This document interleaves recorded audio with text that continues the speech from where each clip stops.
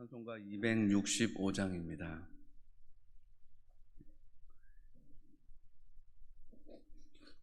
265장입니다.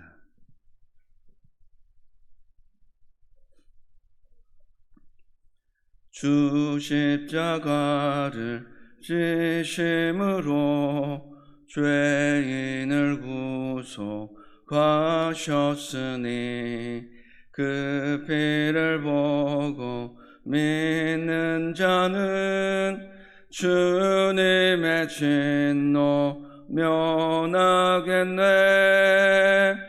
내가 그 피를 유월절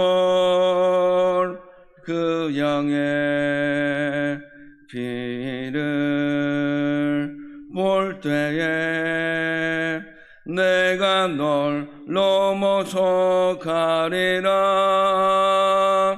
흉악한 죄인 괴수라도 예수는 능히 구원하네.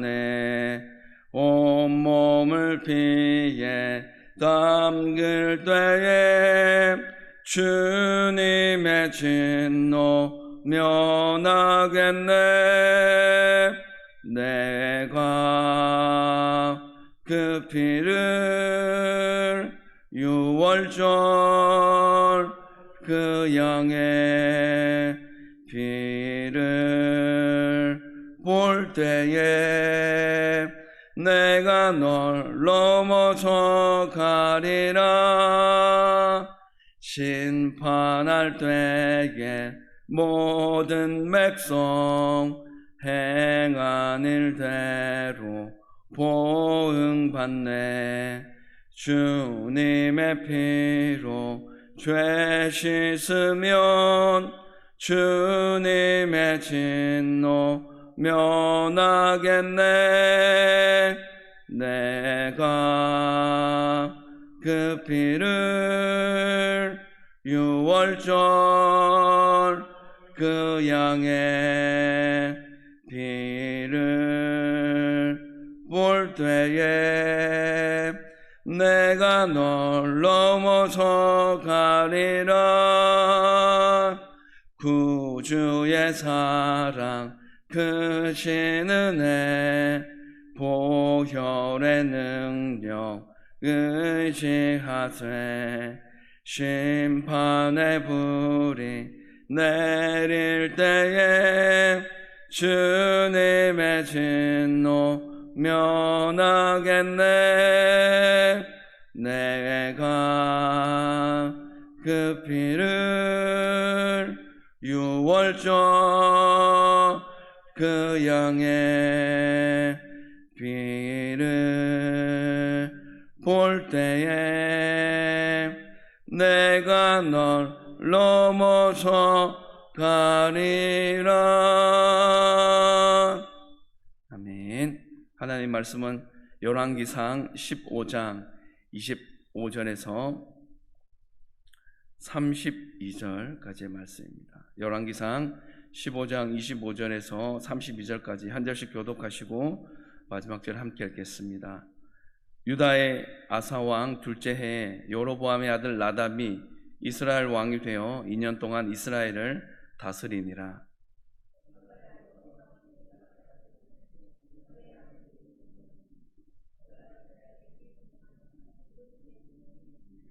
이에 이사갈 족속 아히야의 아들 바아사가 그를 모반하여 블레셋 사람에게 속한 기브돈에서 그를 죽였으니 이는 나답과 온 이스라엘이 기브돈을 애워싸고 있었음이더라.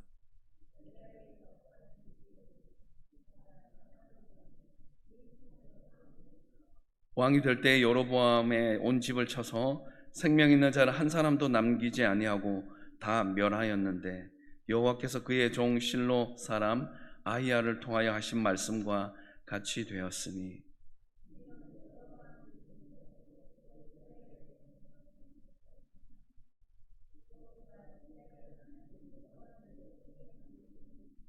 나답의 남은 사적과 행한 모든 일은 이스라엘 왕 역대 지략에 기록되지 아니하였느냐. 아사와 이스라엘의 바아사 왕 사이에 일생 동안 전쟁이 있으니라. 아멘. 우리의 인생의 길에는 수많은 갈림길이 있습니다. 갈림길을 만나면 어느 길로 가야 할지 우리는 선택을 해야 합니다. 성경은 사람이 선택해야 하는 두 종류의 길이 있다라고 우리에게 말합니다. 열왕기서의 관점으로 말하면 한 길은 여로보암의 길이요 또 다른 한 길은 다윗의 길입니다. 여로보암의 길은 우상 숭배의 길이고 죄악의 길이고 하나님의 심판을 피할 수 없는 길입니다. 반면에 다윗의 길은 하나님이 인정하신 길이고 하나님이 복을 주시는 길입니다. 어떤 길을 선택해야 할지는 너무나 분명하고 명백한 것입니다. 25절, 26절 말씀입니다. 유다의 아사 왕 둘째 해 여로보암의 아들 나답이 이스라엘 왕이 되어 2년 동안 이스라엘을 다스리니라. 그가 여호와 보시기에 악을 행하되 그의 아버지의 길로 행하며 그가 이스라엘에게 범하게 한 그 죄 중에 행한지라. 나답은 유다 선지자의 경고, 늙은 선지자의 확인에도 불구하고 아버지 여로보암의 종교 정책을 바꾸지 않고 그대로 따르게 됩니다. 이 당시의 왕의 역할은 특히 종교적인 부분에서 매우 중요한 역할을 하였습니다. 왕은 하나님의 대리자입니다. 하나님의 말씀에 순종하고 백성들을 하나님의 말씀대로 살도록 가르치고 다스릴 의무가 있었던 그 당시였습니다. 여로보암과 나답은 하나님께 대한 의무를 외면했습니다. 백성들이 죄의 길로 가도록 인도하는 그런 무서운 죄를 저지르게 된 것입니다. 그러므로 이 말씀을 통하여서 우리에게 주는 교훈은 교회의 지도자이며 중직자들은 이런 하나님의 말씀을 통한 교훈과 훈계에 대해서 가볍게 여기지 않고 마음판에 되새기고 그 경고를 그렇게 마음속에 받아들이고 변화되어진 그리고 변화를 이끌어 나가는 자의 모습에 서야 하는 것입니다.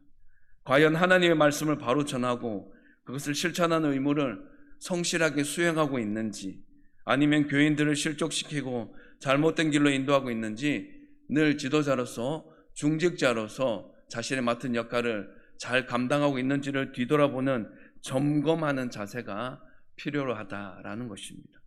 나답의 모습은 동시대를 살았던 유다 왕 아사가 르호보암과 아비암의 잘못된 길에서 돌이키고 우상을 제거하고 종교개혁을 단행하여서 왕권과 나라를 더 튼튼하게 세운 것과는 굉장히 대조가 되는 모습을 보여주고 있습니다.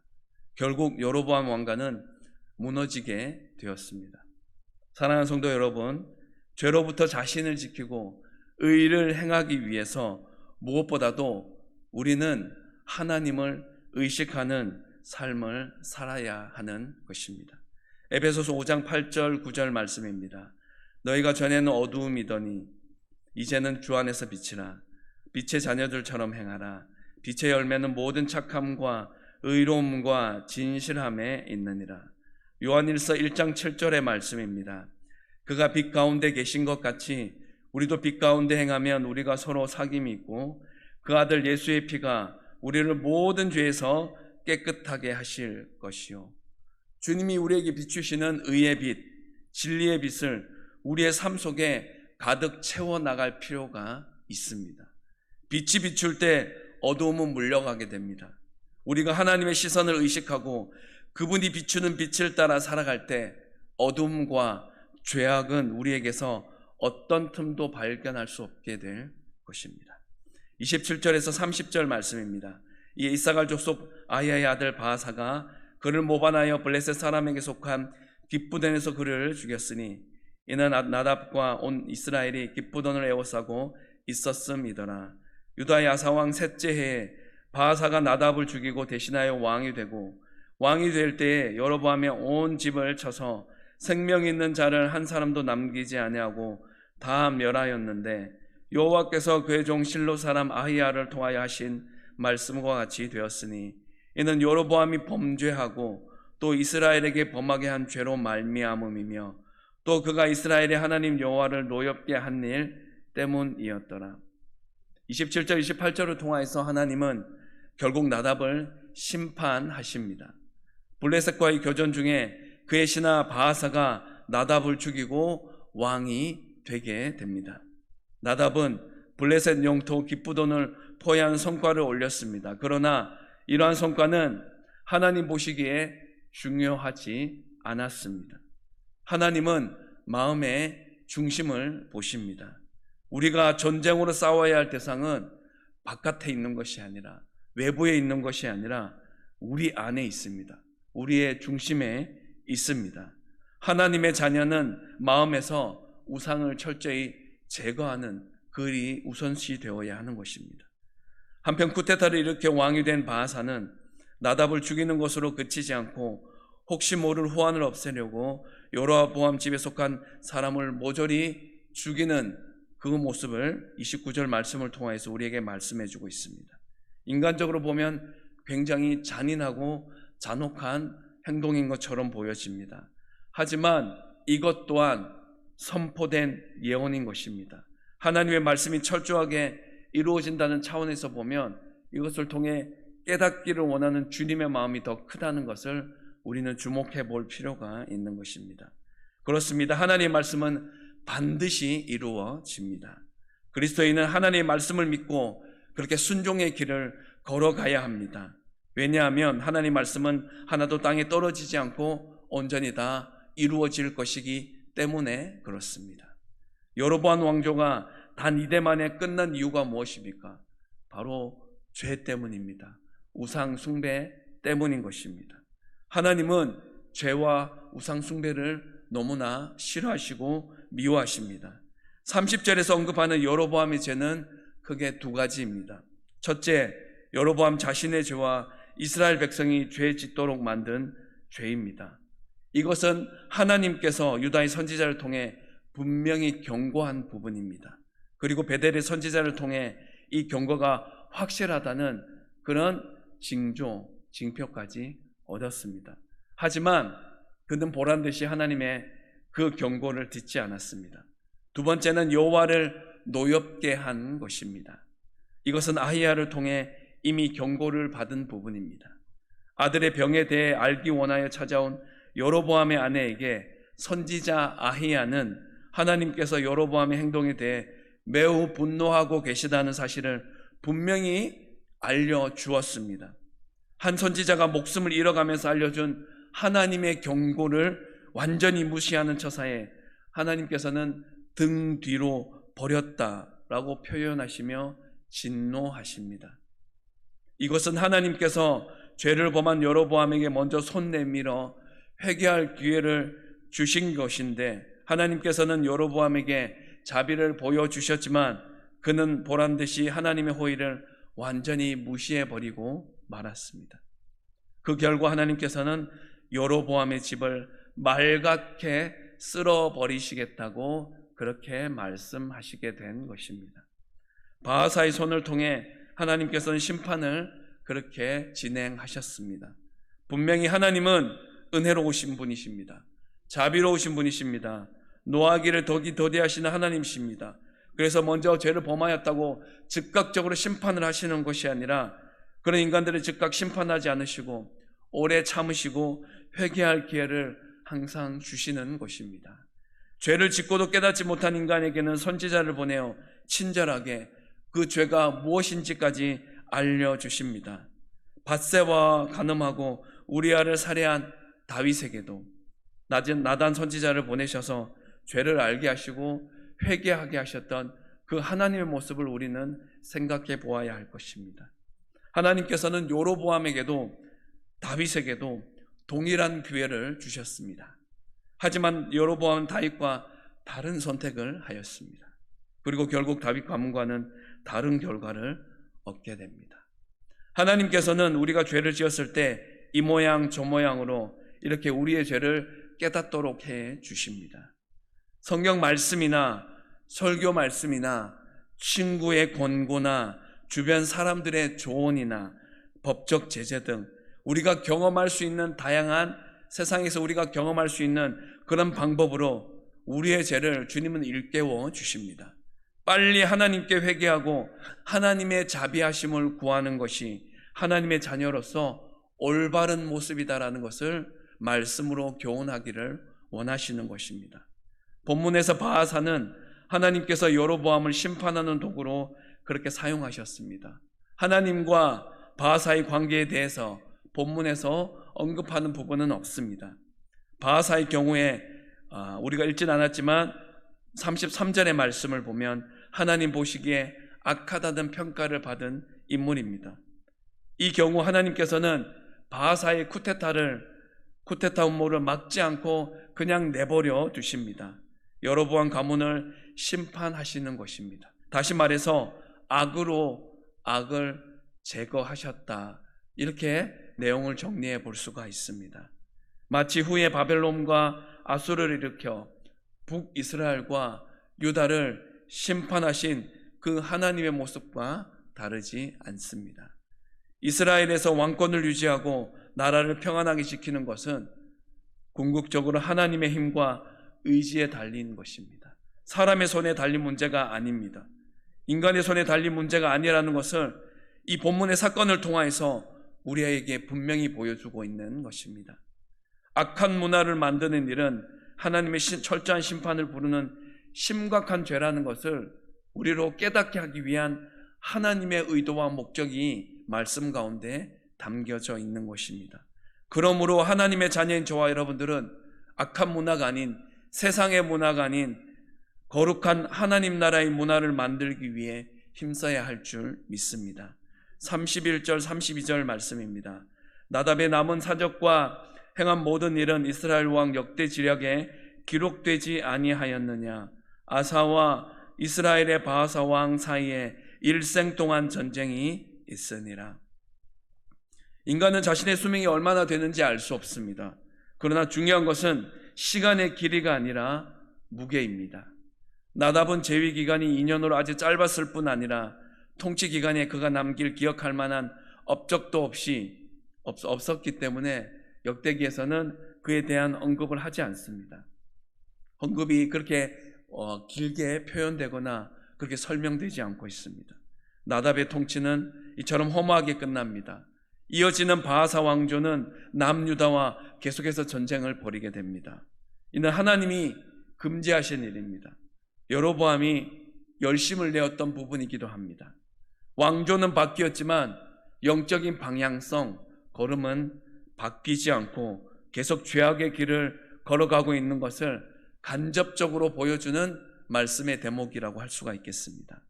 하나님의 뜻을 이루는 도구로 사용되었다고 해서 하나님께 보시기에 합당한 것은 아닙니다.